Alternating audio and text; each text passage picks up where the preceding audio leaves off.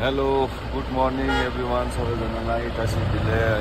आज चाहिँ म हाम्रो बालासन मेरो गाउँबाट चाहिँ मान्छे छ सिलगढी जाने र उहाँलाई रिसिभ गर्न जाँदैछु।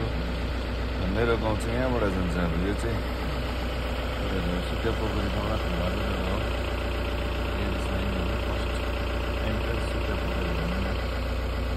यहाँबाट चाहिँ एउटा बाटो छ ओह्रालो यस्तो जाने। यहाँ देख्नुहुन्छ गाडीहरू पनि राख्छ। यहाँ यो चाहिँ बालासन फाटक हो। बालासन फाटक भन्छ। यो चाहिँ अब बालासन चाहिँ कसरी भन्ने चाहिँ तल अब हाम्रो जुन चाहिँ बालासन रिभर छ, बालासन रिभरको चाहिँ मेन स्टार्टिङ पोइन्ट चाहिँ गाउँबाट छ। सिलगढीतिर पनि छ बालासन होइन, तल दुईतिर छ। बालासन खोलाको रिभरको स्टार्टिङ पोइन्ट चाहिँ यहाँ यो गाउँबाट हो। हाम्रो गाउँको बाटो चाहिँ रिसेन्टली बनिएको हो। पहिला चाहिँ थिएन। यहाँ चाहिँ अब बोल्डर रोड थियो। अब सोलिङको बाटो धेरै अगाडि बनिएको थियो पनि 99 मा बिग्रेर खतम भएको थियो र अहिले रिसेन्टली चाहिँ बनिएको छ। तर कम्प्लिटली चाहिँ बनिएको छैन अब यो बाटो चाहिँ। त्यो बाटो चाहिँ अब बिचमा चाहिँ त्यतिकै छ पहिला जस्तै। अब बन्यो भने चाहिँ दामी हुन्छ, राम्रो हुन्छ। अब बनिहालोस् छिटै भन्ने। खै ढिलो भइसक्यो यो बाटो। स्टार्ट भएको चाहिँ 4 वर्ष जस्तो भइसक्यो तर अहिलेसम्म पनि अलमोस्ट तपाईँहरूको 60-70% चाहिँ कम्प्लिट भएको होला। अझै 30% चाहिँ बाँकी नै छ। अब यो चाहिँ अफ रोड अन्त यस्तो चढाइवाला रोड छ, त्यो भएर चाहिँ अब बन्यो भने चाहिँ सजिलो हुन्छ। नभए चाहिँ अब साह्रै हुन्छ। गाडी चाहिँ टु व्हिल गाडीहरू सानो गाडीहरू चाहिँ साह्रै पर्छ।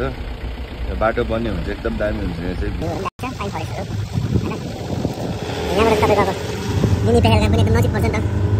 यहाँबाट अलिकति अगाडिबाट चाहिँ वकिङ डिस्टेन्समा चाहिँ अब सर्ट डिस्टेन्स पर्छ। हिँडेर चाहिँ अब अलिकति तपाईँको 50 मिटर हिँड्यो भने चाहिँ पेहेलगामको मेन पोइन्टमा पुगिहाल्छ। मिनी पेहेलगामको जुगा चाहिँ लाग्छ अलिकति। अब गाडीहरू चढाइदिन्छ, जुगा चाहिँ पुरा लाग्छ। यहाँबाट चाहिँ जान्छ मिनी पेहेलगाम चाहिँ। अलिकति पर गयो भने चाहिँ त्यस्तो केही नर्मल कमन लाग्छ। तर अब प्लेन्सतिरबाट आउने अब टुरिस्टहरू हाम्रो चाहिँ अब त्यो मैदानी मात्रै देखेको हुन्छ नि अब एनी टाइम। उहाँहरूलाई अब त जन्नत हो नि, जन्नत हरियाली प्योर अक्सिजन भनौँ न। अब यो बाटो चाहिँ यहाँसम्म चाहिँ यसरी कम्प्लिट भएको छ। त्यहाँबाट यहाँदेखि चाहिँ बन्ने छैन। यो बाटो चाहिँ छिटो बन्यो भने दामी हुन्छ। यहाँदेखि चाहिँ स्टार्ट हुन्छ नि यस्तो बाटो चाहिँ। स्टार्ट भन्नु पनि अलिकति तल यो बिचमा यहाँदेखि उता चाहिँ अब टर्निङ पोइन्टहरूमा चाहिँ बनिएको छ, सिमेन्ट लागेको छ। उयो चाहिँ बनिएको छैन, कम्प्लिट चाहिँ भएको छैन। भयो भने चाहिँ राम्रो हुन्छ। गाडी त आउँछ यहाँ चाहिँ अब जट्टोको हर्नहरू बजाउँदै हिँड्नुपर्छ। अब बिहानको टाइम हो, अब गाडीहरू त हिँड्छ पुग्दैन। गाडी भेट्यो भने चाहिँ अप्ठ्यारो हुन्छ। हो ट्याक्कै यहाँ गाडी भेट्यो, सानो गाडी एक्सप्रेस गाडी। यो चाहिँ अब अलिक अफरोडमा हिँड्ने गाडी हो। यो गाडी चाहिँ बिचरा हाम्रो सरको गाडी हो। यहाँ स्कुल टिचर हो ऊ चाहिँ बिचरा। यहाँबाट चाहिँ नेपाल फिकल जान्छ स्कुल पढाउनु। त्यो चाहिँ यस्तो छ नि त। यहाँ चाहिँ अलिकति अब यो बाटो चाहिँ मेन बनिनुपर्ने बाटो चाहिँ यो थियो। यहाँ चाहिँ एकदम साह्रो पर्छ। अब यो चाहिँ अलिकति कालो छ बाटो। यो बाटोहरू चाहिँ एकदम जरुरी थियो, बनिएको छैन। छिटो बनिहालोस् यो बाटो चाहिँ। बन्यो भने चाहिँ ढुक्कै हुन्छ, सबैलाई सुविधा। यो चाहिँ अब 200 घरलाई नै सुविधा भनौँ न। बालासन, डाँडागाउँ, टुप्पा गाउँ सबैको मान्छेलाई सुविधा हुन्छ यो बाटो बनिन्छ। हिँडेर आउनु छ। अनि बाटोहरू सबै कम्प्लिट भएको भए त गाडी पनि चलिहाल्छ, हिँडिहाल्छ नि त। यो पारा देख्ने चाहिँ अब पोखरेबुङ, फुलडुङ्गारी गाउँ। यो पारि देख्ने चाहिँ छोटा पुकुङ। यो बिचको चाहिँ अब बालासन रिभर यहाँ बिचबाट जान्छ। अब यो चाहिँ अब टुरिस्टहरू सिलगढी पर्सेन्टहरू वेदर टाइम भने सबै नानीहरू आउँदैछ, स्टुडेन्टहरू। मिसिनहरू पनि आइरहेको छ। बाटो त बनिन्छ भन्छ। यो चाहिँ अब 2टा गाउँ छुट्टिन्छ यसले चाहिँ। सिधै तेर्सो गयो भने चाहिँ बालासन डुक्पा गाउँ। अनि यो ओह्रालो चाहिँ अब बालासन डाँडागाउँ हुन्छ। र आज चाहिँ मलाई चाहिँ जानुपर्ने चाहिँ अब डाँडागाउँ हो। अब यो डुक्पा गाउँ चाहिँ मेरो गाउँ। त्यसरी बाइकहरू अब गाडीहरू पुरा आउँछ, स्टुडेन्टहरू माथि चाहिँ सुकिया पोखरी हो। यहाँ चाहिँ अलिक बिग्रिरहेको छ। सुकिया पोखरीमा चाहिँ फल्किन लागिरहेको छ। ल भन्दा चाहिँ यहाँ सुकिया पोखरी नाङ्गो छ। यहाँ चाहिँ अलिक डाउनमा भएर होइन, वेदर चाहिँ राम्रै हुन्छ भनौँ न, क्लियर हुन्छ प्रायः जस्तो चाहिँ। अनि यहाँतिर चाहिँ अहिले रिसेन्टली नयाँ होमस्टेहरू पनि बनिँदैछ। यहाँ चल्दैछ एउटा होमस्टे चाहिँ, परि होमस्टे। अब पछि अब धेरै हुन्छ होला। यो बाटोहरू चाहिँ बन्यो भने बाटो चाहिँ अलिक आवश्यक यहाँसम्म चाहिँ। यो बाटो चाहिँ मेन अब प्रब्लम नै बाटो। यहाँ हाम्रो अब 2टा गाउँको एउटै मान्न अब बाटै हो भनौँ न। छोटा पुग्नु माथि डाँडा लाग्छ, जग्गा पनि देख्छ माथि सबै देख्छ।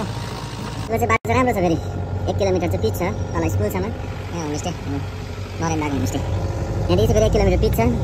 गाडीलाई पनि ढुक्कै शान्ति है, मान्छेलाई पनि शान्ति। यस्तो पिचमा चाहिँ अब हिँड्नु पनि सक्छ नि त। बेसी मान्छे हिँडेर पैदलै हो भने गल्दैन त्यति। यहाँदेखि चाहिँ अलिक राम्रो छ बाटो तलसम्म चाहिँ। गाडीलाई पनि शान्ति हुन्छ यस्तो बाटोबाट चाहिँ। गाउँभित्र 1 किलोमिटर चाहिँ पिच छ। वेदर चाहिँ बस्तीको लाइफ पनि दामी हुन्छ, मजा आउँछ। अब चाहिँ म पुग्नु आँटेँ मेरो डेस्टिनेसन। अब यहाँ परसम्म चाहिँ पिच्छ, त्यहाँदेखि चाहिँ अब बाटो छैन फेरि। ओह्रालो बाटो चाहिँ छ तर अब व्यवस्थित बाटो चाहिँ छैन भनौँ न। यहाँ चाहिँ गाडीको सरर आवाज जाओस् भन्ने बाटो चाहिँ छैन। फोर व्हिल गाडीहरू चाहिँ पुग्छ तल गाउँभित्रसम्म। अब नर्मली गाडी चाहिँ जान सक्दैन हो। अब मेरो चाहिँ अब पेसेन्जरले के भन्नु, साथीहरू गाउँको अब साथीहरू आज चाहिँ उनीहरूको काम परेर चाहिँ सिलगढी जाने रे। मलाई बोलाएको छ आमा बिउ हेर्नुहोस् पारि सुनादा पर्सेन यता चाहिँ मलाई यहाँ पर्खिन्छु भन्थ्यो। कति पैसा पनि यहीँसम्म हो बाटो चाहिँ, यहाँदेखि बाटो छैन सबै आएकै छैन रहेछ। यहाँ आउँछु भनेको छ, ल पर्खिनुपर्छ अब यहीँ।